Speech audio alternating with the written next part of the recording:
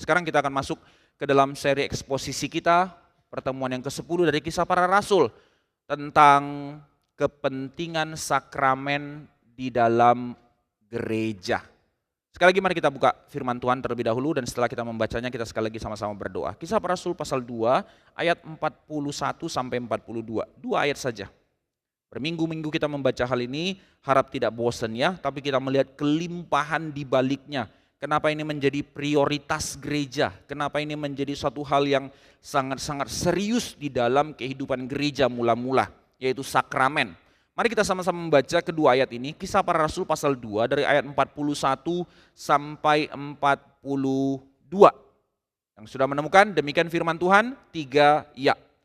Orang-orang yang menerima perkataannya itu memberi diri dibaptis, dan pada hari itu jumlah mereka bertambah kira-kira 3.000 jiwa.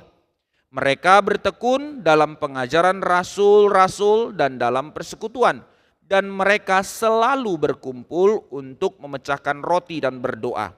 Orang-orang yang menerima perkataan itu memberi diri dibaptis, dan mereka selalu berkumpul untuk memecahkan roti dan berdoa. Mari kita sekali lagi berdoa. Singkapkanlah kebenaran-Mu kepada kami. Dari firman Tuhan yang sudah kami baca, kami ingin mendalaminya untuk makin mengerti kelimpahan di dalamnya, rahasia yang begitu besar di dalamnya, yang Kau janjikan untuk Kau nyatakan, untuk Kau mampukan untuk kami mengerti, yaitu kami umat pilihan-Mu. Berbicaralah kepada kami dan teguhkanlah hati kami. Biarlah kiranya kami menjadi orang-orang yang tidak take it for granted untuk setiap means of grace yang Tuhan sediakan. Firman, doa, dan sakramen. Khususnya pada saat ini kami belajar tentang sakramen, Tuhan yang menyelidiki hati kami untuk melihat, untuk mengerti keseriusannya, untuk menjalankannya dengan kegentaran. Dengar doa kami dalam nama Tuhan Yesus kami berdoa. Amin.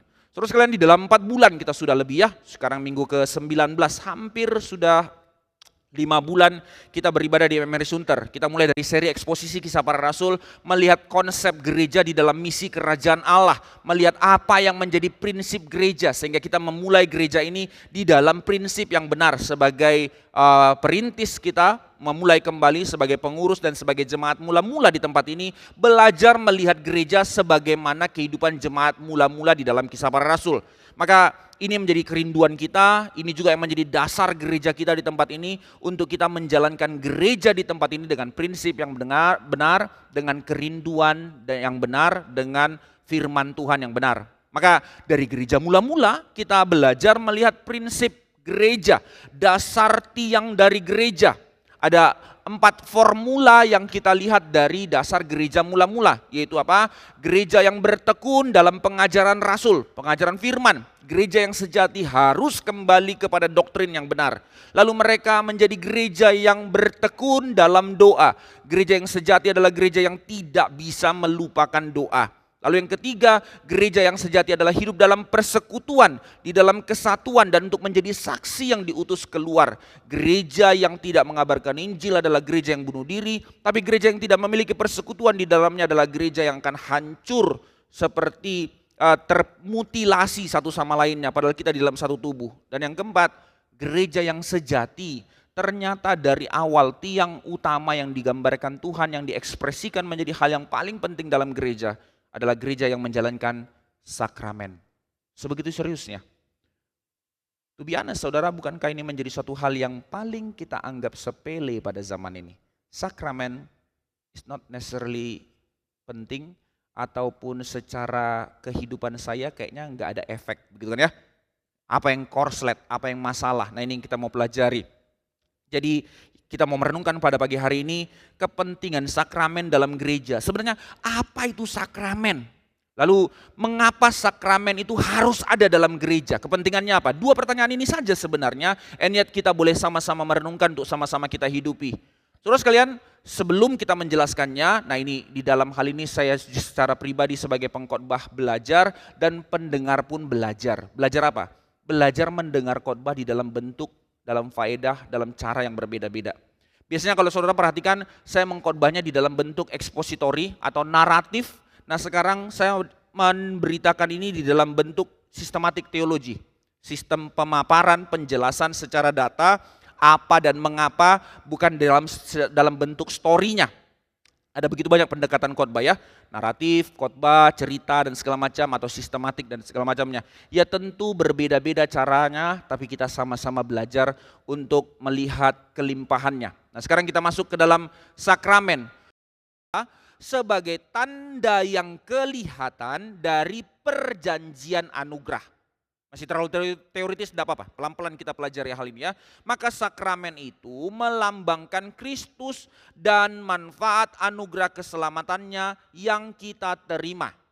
Nah di dalam aturan gereja, demi keteraturan gereja, sakramen itu seyogyanya, sebaik-baiknya harus dilakukan, dijalankan oleh pelayan firman Tuhan yang telah ditahbiskan dan dilakukan oleh gereja sampai Kristus datang kembali. Sehingga nggak sembarangan orang berhak menjalankan sakramen supaya ada kesadaran otoritas kekudusan di tempat itu. Ini secara prinsip di dalam bahan katekisasi kita. Sekarang kita masuk dalam pembahasannya.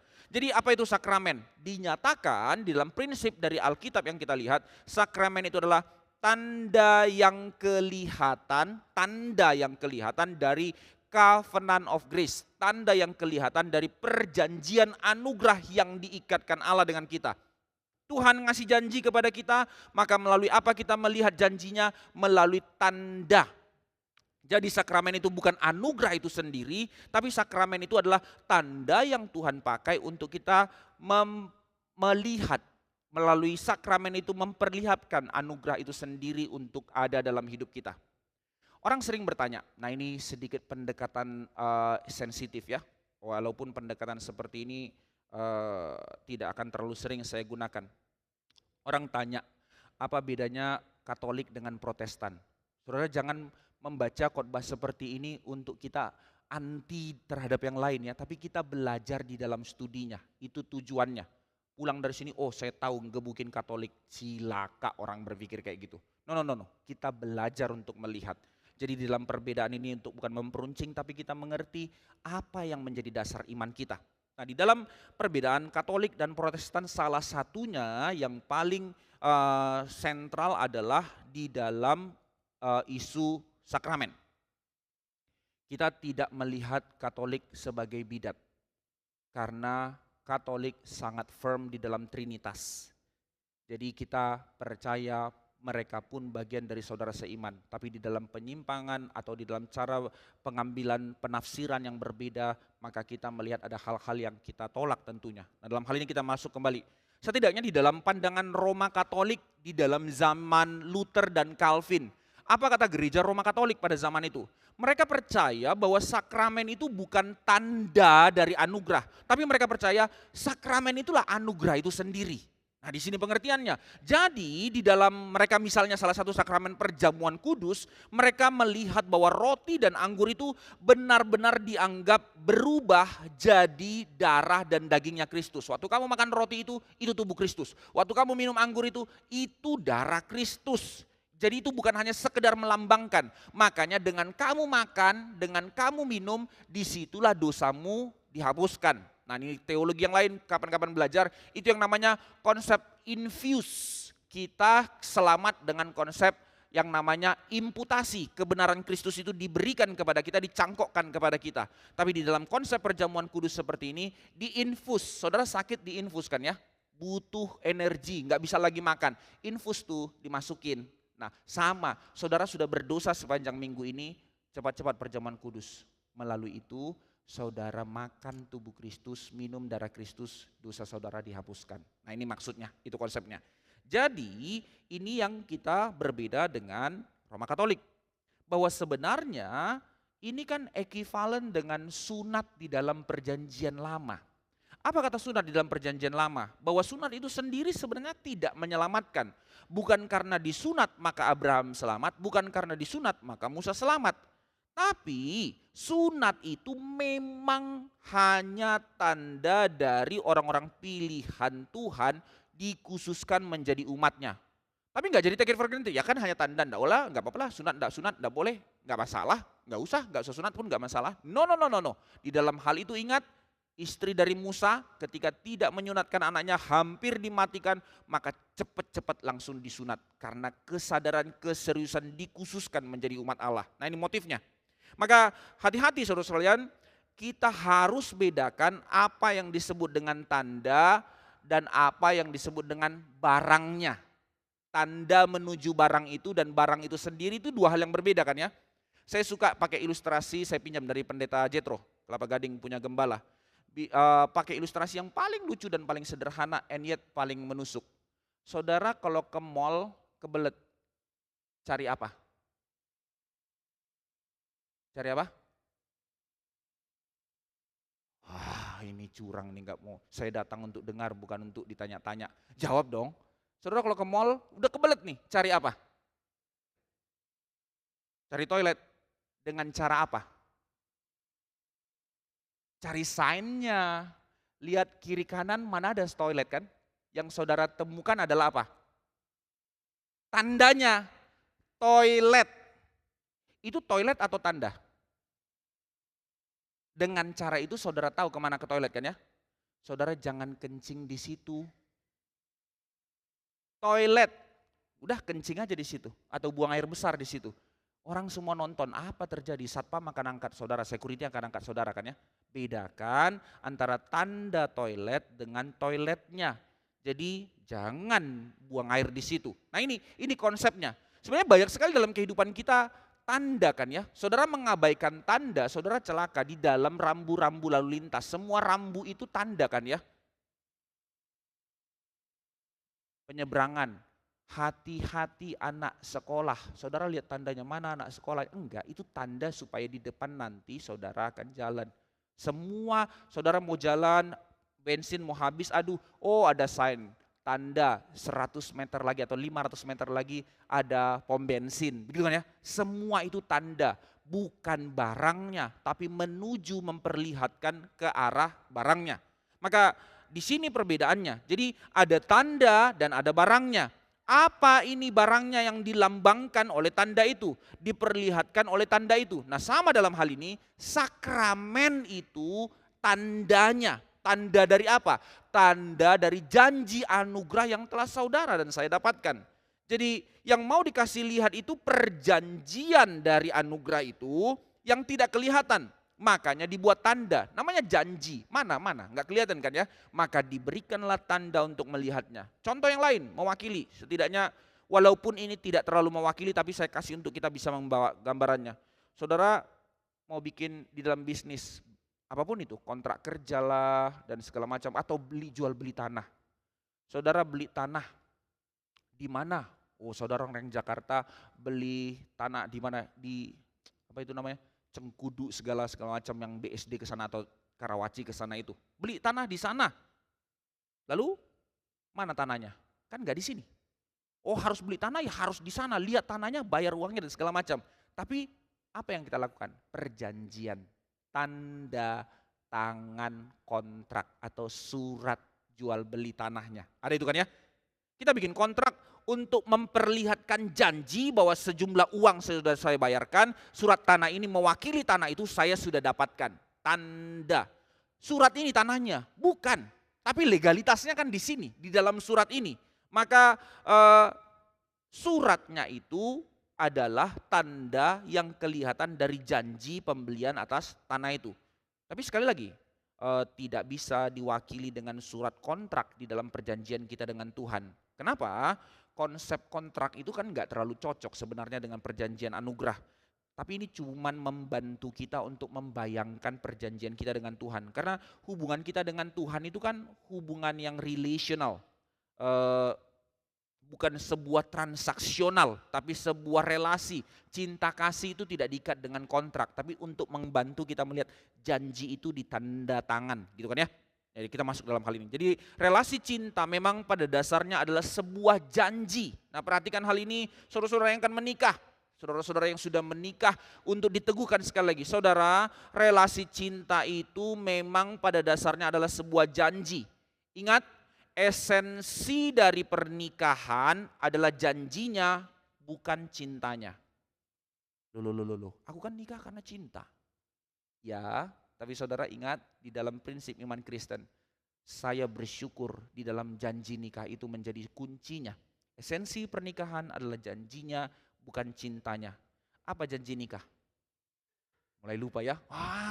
Saya sudah nikah berapa tahun? Kita panggil Pak Paulus sama Ibu Lina, 31 tahun. Saudara, kita bersyukur ya, Pak Paulus dan Bu Lina baru saja mengalami ulang tahun pernikahan 31 tahun. Wah, indah sekali. Saya masih baru 7 tahun, saudara. Tapi kembali, janji nikahnya apa? Coba kita lihat lagi ya. Ingat lagi, janji nikah. Aku berjanji akan selalu bersungguh-sungguh mencintaimu dalam segala keadaan. Baik susah, senang, aku berjanji akan selalu bersungguh-sungguh mencintaimu. Yang didepankan apanya? Janjinya. Karena ada saat cinta itu menjadi luntur, tapi aku sudah berjanji untuk sungguh-sungguh mencintaimu.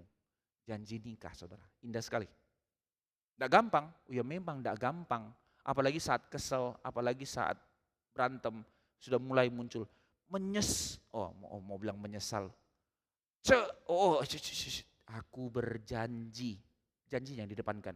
Apa poinnya? Jadi janji itu menjadi dasar utamanya. Dan janji itu tidak kelihatan. Tapi bagaimana cara memperlihatkannya? Nah, di dalam pernikahan, janji itu kan bukan diberikan dengan cara ini bunga. Ya pas Valentine-nya itu menambah romantisnya. Tapi bukan itu yang menjadi simbol dari janjinya. Jadi janjinya digambarkan dengan apa? Bukan hanya diekspresikan dengan pokoknya aku sayang sama kamu. No. Tapi memperlihatkan janji itu, bukan memperlihatkan janji itu senantiasa dengan terus, ya pokoknya kasih ini, kasih itu. Bukan. Tapi bagaimana saudara-saudara sekalian? Dengan dua cara. Dua cara yang paling penting di dalam pernikahan untuk memegang janji itu. Pertama, cincin kawin kan ya. Apakah saya tidak pakai cincin ini, maka saya bukan seorang yang menikah? Enggak. Tapi dengan memakai cincin ini menjadi pengikat untuk mengingatkan saya akan janji saya. Cincin. Tapi yang kedua, selain itu, keintiman, saudara, keintiman.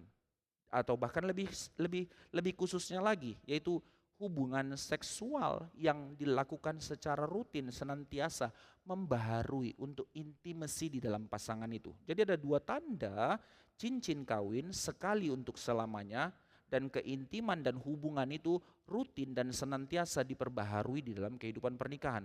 Maka lihat paralelnya di dalam sakramen. Saya lebih cepat. Ada dua sakramen. Satu yang sekali untuk selama-lamanya. Apa itu? Baptisan. Lalu yang satu yang terus-menerus untuk engkau lakukan. Perjamuan kudus. Lihat ya, gambaran relasi suami istri, gambaran kita dengan Allah diekspresikan dalam motif yang sama. Maka baptisan itu seperti cincin nikah. Ya, satu kali.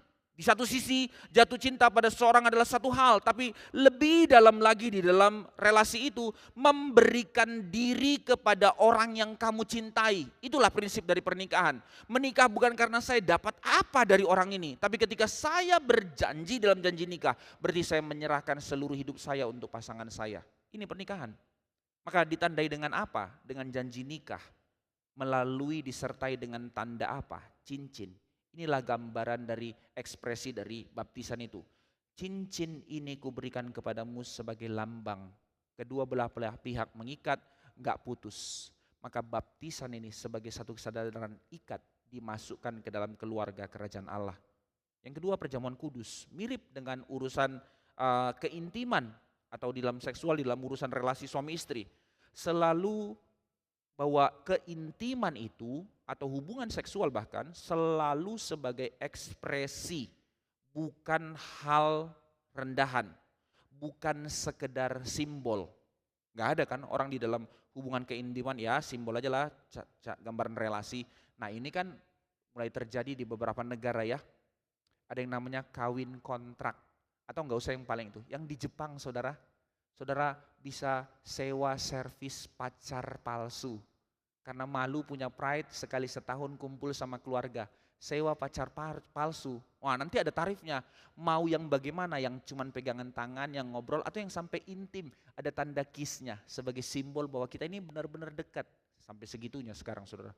Tapi itu kepalsuan. Tapi di dalam kita, bahwa di dalam pernikahan, keintiman itu bukan hal yang rendahan, bukan simbol. Tapi itu sebagai covenant renewal yang terus mengikat lagi, yang terus menyatukan lagi. Makanya ini menjadi sarana yang mengikat yang Tuhan berikan kepada kita untuk kita makin sadar bahwa kita telah dikhususkan dan diikat dengan Tuhan. Ketika mendengar tubuhku telah dipecah-pecahkan bagimu supaya engkau yang terpecah-pecah tidak lagi terpecah melainkan boleh bersatu. Ini gambarannya. Itu sebab maka dalam hal ini kita melihat di dalam bagian dari pernyataan sakramen kita juga di dalam katekisasi kita dikatakan bahwa kekuatan dari sakramen itu menjadi sarana anugerah yang efektif bagi kita bukan karena sakramen itu sendiri. Bukan karena kesalehan kita maka kita menjalankan sakramen, maka kita mendapatkan itu menjadi suatu hal yang efektif dalam diri kita. Bukan. Tetapi di dalam sakramen itu ada pekerjaan dan karya Roh Kudus dan penyertaan Kristus yang telah menetapkan sakramen itu untuk menjadi satu hal yang kita jalankan. Jadi roti dan anggur itu tanda, tapi bukan tanda yang sembarangan, tapi bukan menjadi jalan keselamatan. Nangkap maksudnya ya? Nanti kita akan lihat ada tension atau tarik menarik di situ. Maka sama seperti cincin kawin tadi, bukankah itu mengikat pernikahan?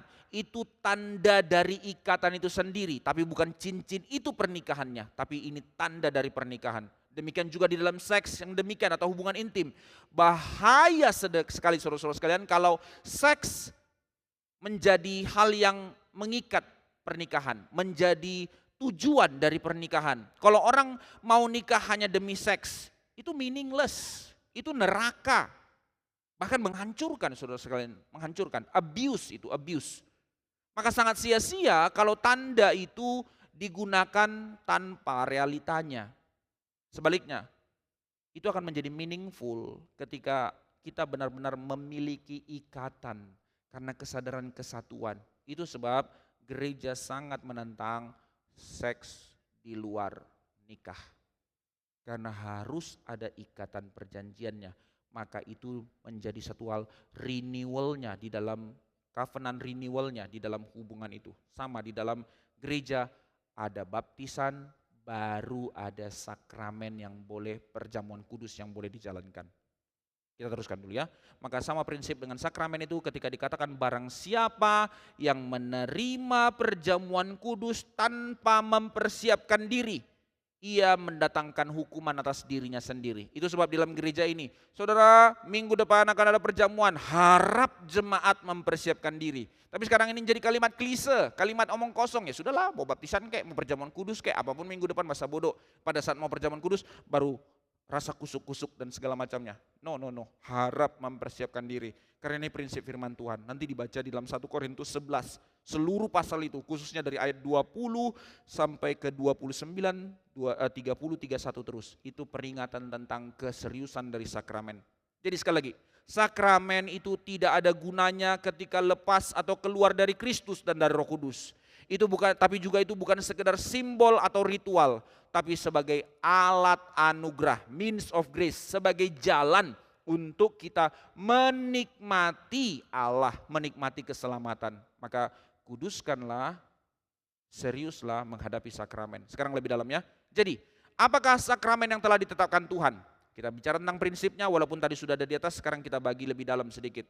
Tuhan menetapkan sakramen gerejawi hanya dua, yakni baptisan kudus dan perjamuan Tuhan, atau yang sering kali kita sebut dengan perjamuan kudus. Selain dari kedua sakramen yang sudah ditetapkan Tuhan di dalam gereja yang sejati, maka kita tidak mengakui sakramen yang lain. Di dalam Matius 28, amanat agung untuk membaptiskan, di dalam 1 Korintus 11 juga bicara tentang perjamuan kudus dalam perintah Yesus dan segala macamnya. Jadi kita akan lihat kenapa cuma dua ini. Sekarang secara prinsipnya, saudara sekalian, ini juga menjadi perbedaan kita dengan selanjutnya yang tadi, Roma Katolik. Apa yang menjadi perbedaannya dengan Protestan?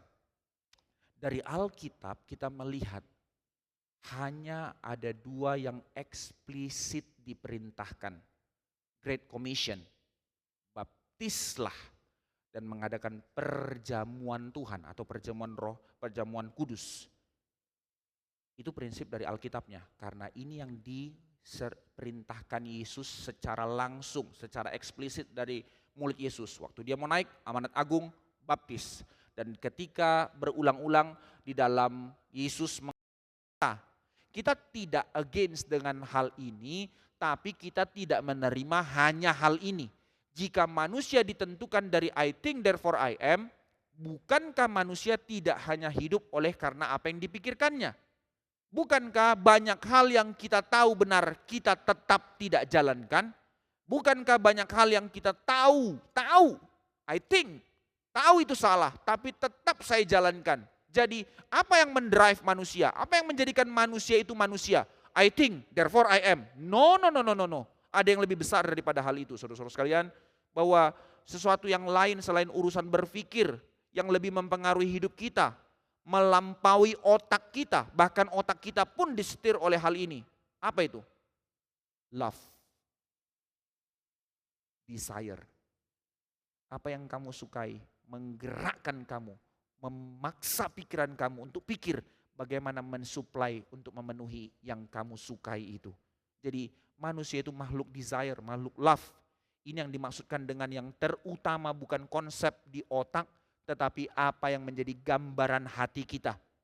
Jadi sebenarnya kita itu adalah makhluk desire yang menjadi ekspresi dari seluruh kehidupan kita itu, cara berpikir kita, tindakan kita disetir dari apa yang kita mau ini, apa yang kita hasratkan ini. Dan kita itu makhluk yang sangat sensual. Kita lebih banyak digerakkan oleh apa yang kita suka ketimbang apa yang kita pahami. Dan itu bahaya, saudara, itu bahaya. Karena seringkali indera kita tidak dijaga dengan akal budi. Tetapi bukan berarti karena itu bahaya kita matikan semua sensual kita, indera kita matikan. Enggak. Tapi dikuduskan, diarahkan. Cukup fokus pakai otak saja, enggak bisa. Justru bagaimana kita belajar untuk seluruh sensual kita dikuduskan. Bagaimana? Dibentuk. Lalu bagaimana membentuk seseorang? Bentuk apa yang dicintainya, bentuk apa yang diinginkannya. How? Bentuk habitnya. Semua orang yang candu, saudara, candu apapun, masuk ke dalam rehabilitasi, tujuan paling utamanya adalah ganti purpose-nya dan counter habit-nya. Jadi yang disebut dengan yang namanya pertobatan itu adalah counter habit. Pertobatan itu bukan, oh aku datang sama Yesus nangis. Besok jatuh dosa lagi. Kenapa? Gak ada counter habitnya, gak ada evaluasinya. Nah ini yang penting dari sebuah motif pertobatan. Bentuk habitnya, membentuk desire-nya, membentuk cintanya. Sama dengan anak-anak kecil. Kebiasaan apa yang ditanamkan orang tuanya dari kecil kepadanya, itu akan mempengaruhi cara pandang dan cara hidupnya. Anak-anak yang dari kecil dibilang jangan. Gak akan ada motif untuk berani maju. Karena apa? Takut.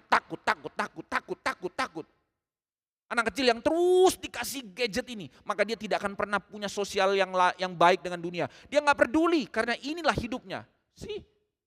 Apa yang kau bentuk dengan habit anakmu, itu yang akan membentuk cinta dalam hidupnya. Karena itu kembali kepada pembahasan kita. Apa yang kita mau lihat? Bahwa habit, kebiasaan sangat penting untuk membentuk desire dan love-nya, sehingga kita enggak jadi orang yang sembarang menyimpang. Karena itu Tuhan menyuruh kita melakukan sesuatu kebiasaan, pembentukan habit. Bukan hanya sekedar senantiasa mengingat secara otak, tapi senantiasa melakukan untuk mengingat. Lakukanlah perjamuan kudus ini terus menerus. Desire itu bukan selalu urusan nafsu dan emosi yang sangat menggebu-gebu, tapi apa yang kita inginkan sebagai yang tepat, yang baik dan benar. Maka menjalankan firman, bertekun dalam doa, menjalankan sakramen, menguduskan cara pikirmu, membentuk habit hidupmu. Menjalankan perjamuan kudus dengan pengertian dan perasaan seperti ini akan membiasakan diri kita melakukan apa yang benar di hadapan Tuhan. Itu sebab sikap perjamuan kudus itu penting, saudara, penting. Karena kesadaran mengingat, kesadaran sebuah tindakan, sebuah habit. Bagaimana engkau melakukan perjamuan kudus selama ini? Saya harus marah untuk hal ini. Dan terlalu menyedihkan, gereja kita take it for granted dengan hal yang diperintahkan Tuhan ini. Seharusnya saat orang mengalami perjamuan kudus, dia berdiri sebagai satu kesadaran hormat di hadapan Allah, dia berdiam di dalam satu kesadaran meditatif kekusukan di hadapan Tuhan, ada kekhususan, ada kusuk di situ. Kesadaran akan kehadiran Tuhan di situ, kekudusan Tuhan di situ, pengalaman sorgawi di mana kekudusan Tuhan memenuhi umatnya di situ. Walaupun kita terfokus kepada pegang roti dan anggur, tapi melampaui itu kita menyadari kita di hadapan Tuhan, enggak sambil ini sambil itu. Sekarang apa yang terjadi perjamuan kudus? Jebret, langsung instastory. Perjamuan kudus nih di GRI Pusat. Saya pikirin orang sakit jiwa saudara. Bagaimana engkau menyadari kekudusan Tuhan? Terlalu menjijikkan kita bersikap di hadapan Tuhan. Kita sedang dilatih untuk memperlakukan Kristus seperti apa? Dengan hormat dan kemuliaan. Ini yang akan membentuk hidup kita. Maka bagaimana sikap kita itu sangat mempengaruhi. Sekali lagi, ini bukan tanpa otak, ini bukan berseberangan dengan otak, tapi ini keutuhan, saling memperlengkapi, kesadaran yang memimpin kita untuk makin bertumbuh di dalam Tuhan. Termasuk dalam mendengarkan khotbah, termasuk dalam berdoa, itu akan membentuk sebuah habit, kebiasaan yang akan membentuk cara pikir, membentuk cara bersikap yang akan mengubahkan kita. Jadi mengapa engkau menjadi orang yang terlalu gampang jatuh dalam dosa? Mengapa engkau menjadi orang yang terlalu gampang mengkompromikan diri dengan kebiasaan dosa? Mengapa kita menjadi orang yang terlalu hidup sama dengan dunia? Karena tidak ada counter habit, tidak ada kesadaran kekhususan, means of grace yang disediakan Allah. Hidupilah sebagai gereja, menjadi gereja yang terus bertekun dalam pengajaran Rasul, menjadi gereja yang terus bertekun di dalam doa, menjalankan sakramen dengan kegentaran, maka engkau akan mengalami pertumbuhan dan perubahan. Inilah kepentingan sakramen dalam gereja, dan ketika jemaat gereja mula-mula menjalankan ini menjadi satu hal yang serius, disinilah Tuhan memakai mereka mengubah dunia. Bukan karena uang atau militer mereka, bukan karena kemampuan mereka, tapi menjalankan anugerah Allah, maka mereka dipakai Tuhan. Bukan hanya sekedar dipakai, mereka dipakai mengubah dunia. Saudara, bagaimana kita mengubah dunia? Bagaimana kita mengubah Sunter? Bagaimana kita menjangkau jiwa? Jalankan anugerah yang disediakan Tuhan dengan serius. Gereja menjadi keluarga kerajaan Allah dan hidup dalam persekutuan yang indah dan menjadi pengaruh bagi banyak orang melalui kita bersama bertumbuh di dalam means of grace. Kehidupan firman yang sejati, kehidupan doa yang benar, dan sakramen. Inilah panggilan kita sebagai gereja. Ada sukacita tapi tidak liar, dan menjadi panggilan untuk membuat kita sadar bagaimana berdiri tegak untuk dikhususkan menjadi milik Allah, untuk tidak menjadi sama dengan dunia, melainkan sukacita karena mengalami Tuhan, menikmati Tuhan dalam seluruh perjalanan kehidupan kita. Mari kita berdoa.